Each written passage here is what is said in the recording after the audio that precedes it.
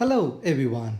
I'm glad to meet you all through this Let's Talk series. Well, today let us look into two passages from Deuteronomy and understand the true biblical attitude and focus of worship. The true biblical attitude and focus of worship. True worship is not bound by time, nor by space, nor by structure. It is 24/7, 365 days a year. You and I were created for worship. We need to understand, if your heart truly knows God, you can worship Him from anywhere. If your heart truly knows God, you can worship Him from anywhere. The Bible, especially the Old Testament, never teaches that singing, dancing, and music is worship. If you pay a close attention to the book of Exodus and Leviticus and Deuteronomy, you will see how God is very meticulous about worship, and you will be able to understand the true heart of worship. Moses beautifully reminds us of our attitude of true worship unto the Lord. If we read Deuteronomy chapter 10, verse 12 to 13, he gives us what God expects in true worship. What God expects in true worship. It reads, "And now Israel, what does the Lord your God ask of you? But to fear the Lord your God, to walk in obedience to Him, to love Him, to serve the Lord your God with all your heart, with all your soul, and to observe the Lord's commands and decrees that I'm giving you today for your own good."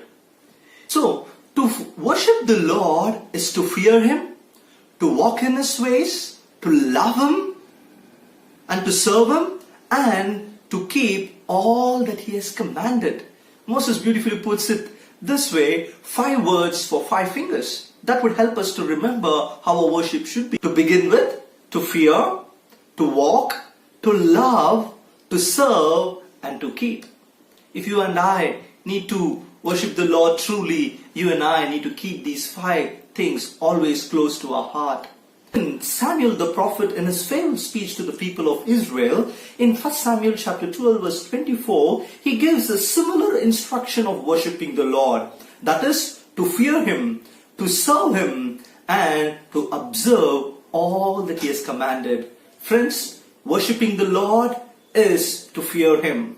Worshipping the Lord is to serve Him. Worshipping the Lord is to keep all that He has commanded. Likewise, in the book of Psalms, you can also see how a true worshipper is described.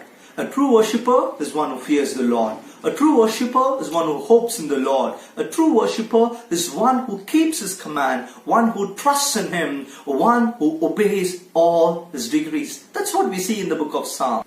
These dimensions of true worship are the ones that are acceptable to the Lord. The key confession of the Israelites in Deuteronomy chapter 6 verse 5 reminds us of what true worship is, especially the focus of our worship. Worship the Lord your God with all your heart, with all your soul, and with all your strength. You see, worship is a lifestyle. It implies that you and I worship the Lord with our inner being. You and I worship the Lord with our whole person, and you and I worship the Lord with all our resources. Friends, if you closely look at the book of Leviticus, the first 3 offerings sets the stage for us to understand the true perspective of worship. Because the ultimate goal of all our worship is to bring an aroma that is pleasing unto the Lord. To put it in other words, the ultimate goal of all our worship is to make God big. You and I need to understand, in our worship, always the limelight has to be on God. At any time, if it shifts from God to anyone or anything, we miss the purpose of worship. As Jesus summarized all these principles in John chapter 4, verse 23 and 24, may the Lord enable us to be the true worshippers who will worship Him from our inner being, with the whole person and with all our resources, with only one goal of making our God big and Him alone. God bless you.